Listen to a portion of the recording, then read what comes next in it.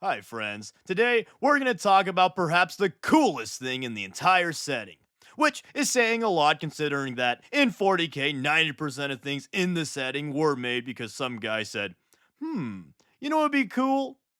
But yeah, if you're a real one, you'd know we're talking the Baneblade. The Baneblade is one of the coolest, if not the coolest tanks in 40k, and in my opinion, it's one of the coolest, if not the coolest tanks in all of fiction. The Baneblade is the go-to super heavy battle tank of the Imperial Guard. It's a 20-foot tall behemoth with 11 barrels of hell and 319 metric tons of heavily armored badassery.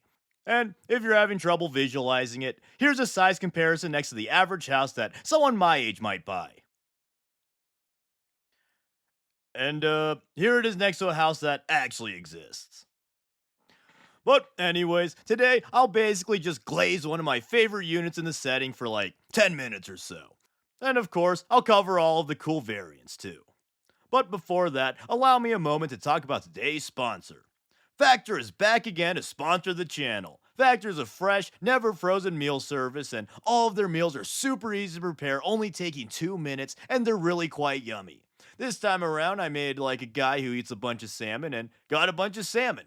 And they were all really good. I'm pretty particular about my salmon, but the ones from Factor are all moist and flavorful. And of the three I ordered, I think my favorite would probably have to be the pesto salmon.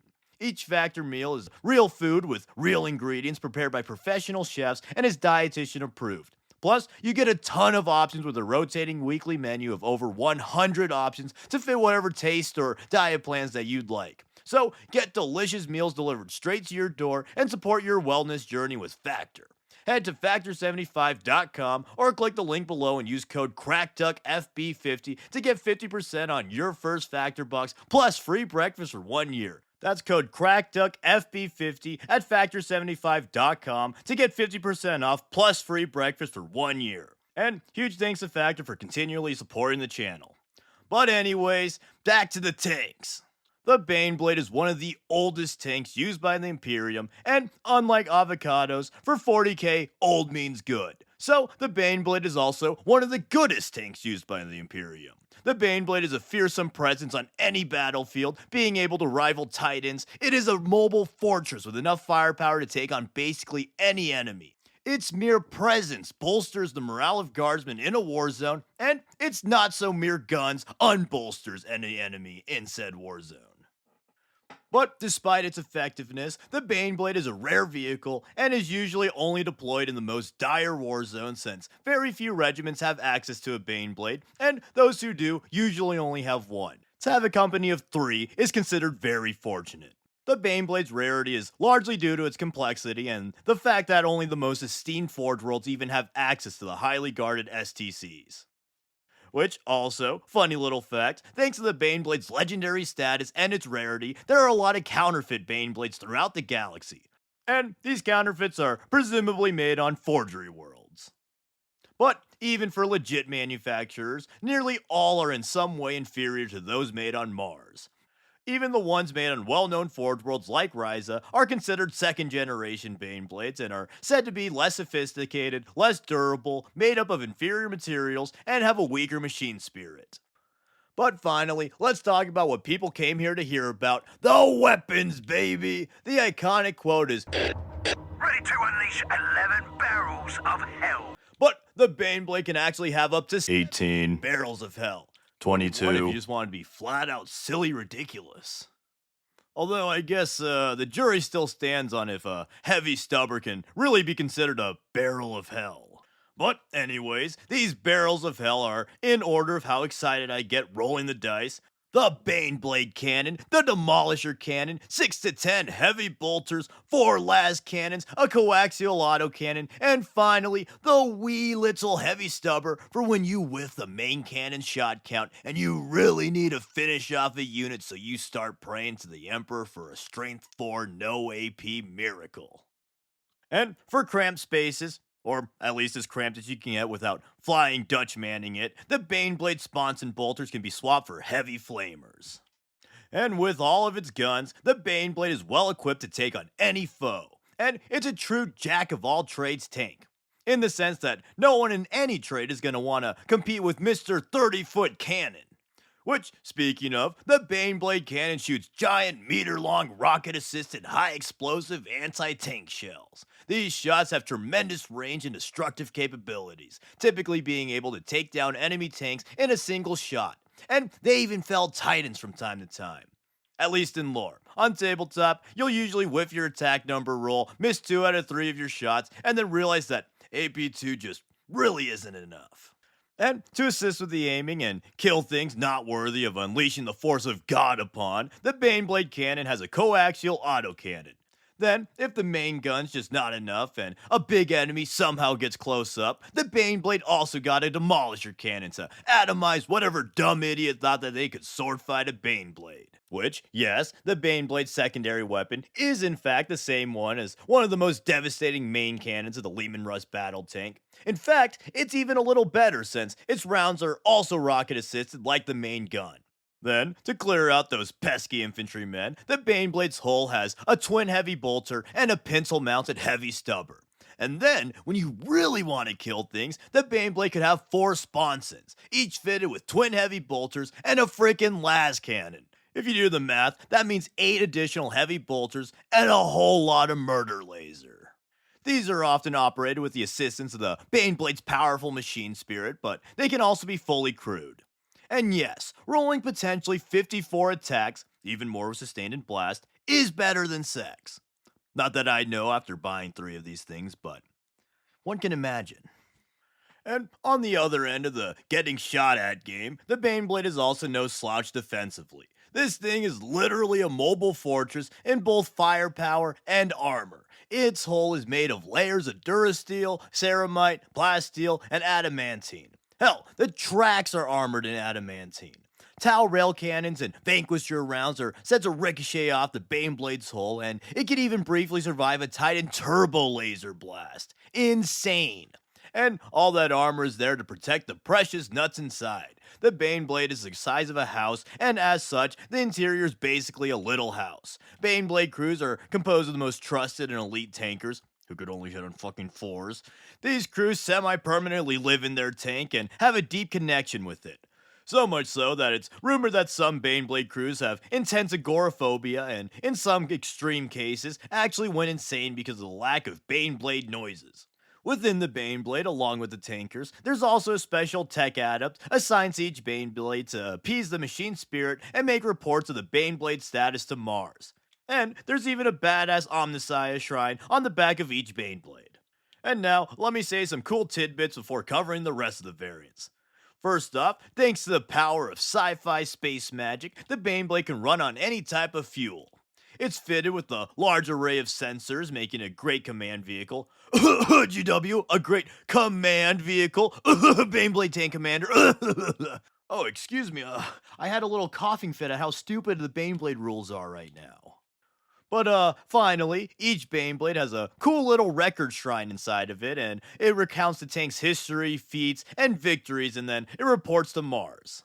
But now, on to the variants. And there's 8 main variants, including the classic Baneblade, but I'll also touch on a few more. The most similar to the El Clasico is the Hellhammer. It's basically just a swap of the Baneblade cannon for a Hellhammer cannon, which is specialized in close quarters urban warfare. The Hellhammer cannon shoots subatomic charges that create mini nuclear blasts on impact that are so strong that the concussive force is able to liquefy enemies behind cover.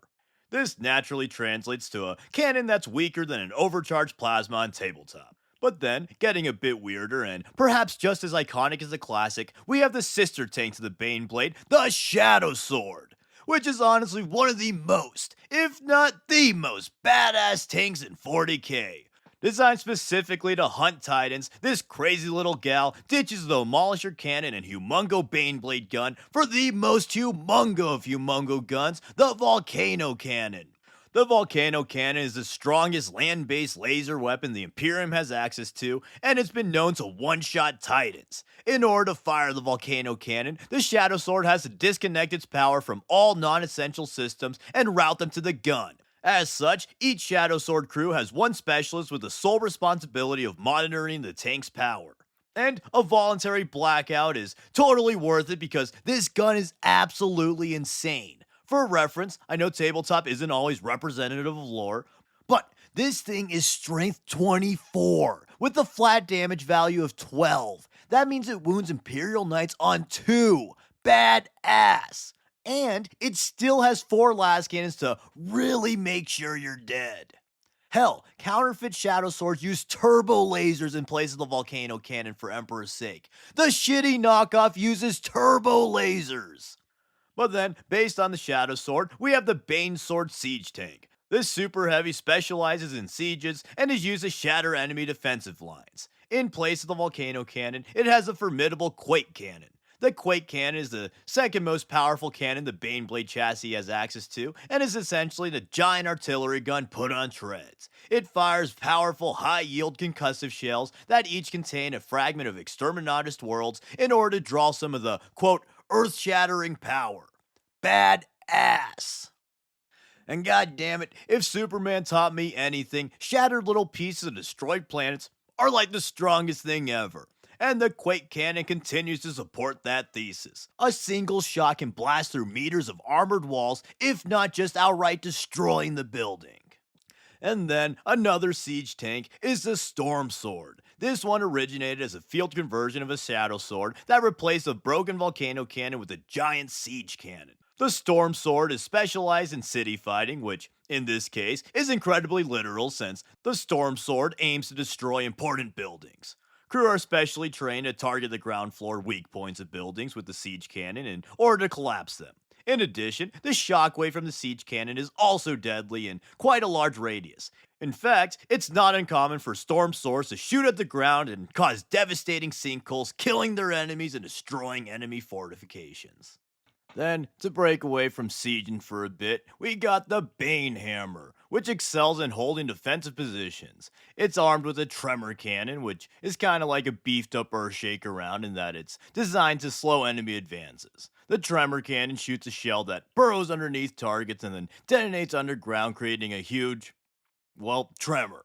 The shockwave from the blast is said to liquefy the ground as well as nearby foes, and then those not killed by the blast are left to literally shake in their boots at the mini earthquake. In addition, the Banehammer is also a transport. It has a transport capacity of 26, and it can deploy a few guard squads to finish off stumbling foes that survive the tremor shot.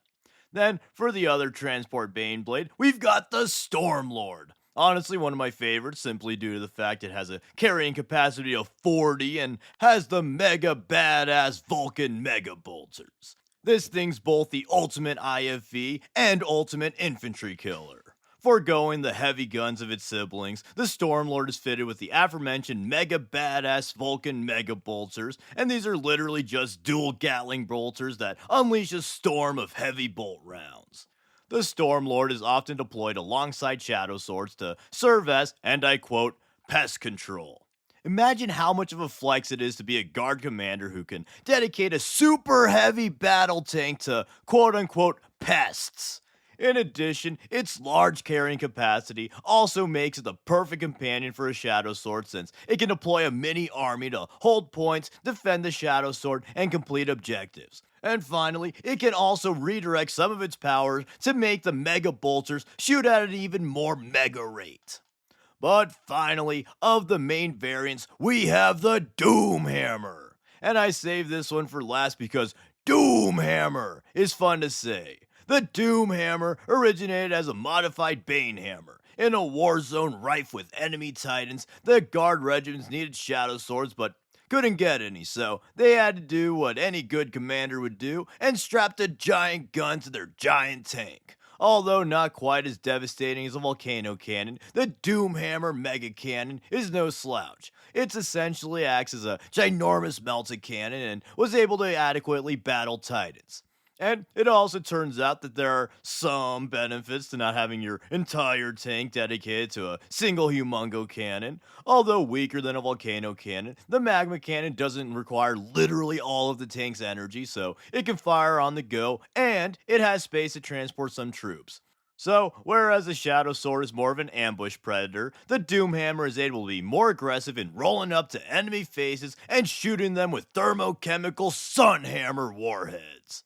Then it can drop out some troops to punch the remains or, like, I don't know, go to soccer practice or something. But with the Octoblade variants out of the way, some quickfire mentions of the other ones. The Stormblade is a knockoff Shadow Sword with a giant plasma cannon in place of the Volcano Cannon.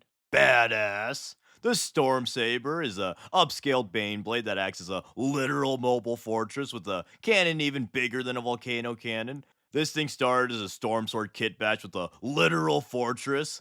Badass! Then finally, the Stormhammer is a Vanguard assault tank that's likened to a naval destroyer since it has even more guns than usual and is used to explore the most hazardous environments. This thing has a Stormhammer cannon and dual battle cannons just as their primary armaments. Badass! Oh, and who could forget the Lord Hellblade, of course. It's this badass little blue guy. But that's the Baneblade. Coolest shit ever. I love this tank. It's just so cool to have a gargantuan brick running up the field, shooting a billion guns and tearing everyone apart. My Baneblade is the Abyssal Serpent, and while most stupid people opt to get their quote unquote first drink on their 21st birthday and, I don't know, a party or something, I, for one, am a smart and badass dude, so I got a Baneblade. Can I get a hell yeah for the coolest decision ever? And also, on the topic of questionable first drinks, it should actually be illegal that the Baneblade innately hits on force and can only take orders from the tippy top commander of the Imperial Guard. Baneblade crews are the most elite tankers the Guard has to offer, and these motherfuckers can't even hit their giant explosive shots half of the time. Nor can they listen to some guy telling them to aim good or drive a little faster. But I digress. So, along with the hell yeahs I requested earlier, let me know what your favorite Baneblade variant is in the comments below. Also, you might as well help me convince myself into getting a fourth Baneblade chassis like a complete and total psycho. I mean, Apocalypse is coming back after all, so. Anyways, though, thank you for watching and thank you to all my awesome patrons. You're all very epic and you help the channel out a ton. And as always, please like, comment, subscribe, and consider sharing to all your super heavy battle buddies. Thanks. Also, Baneblades in lore are often command vehicles. Give the coolest tank ever something, GW! Please! I want to hit on threes without taking the Horse Lord.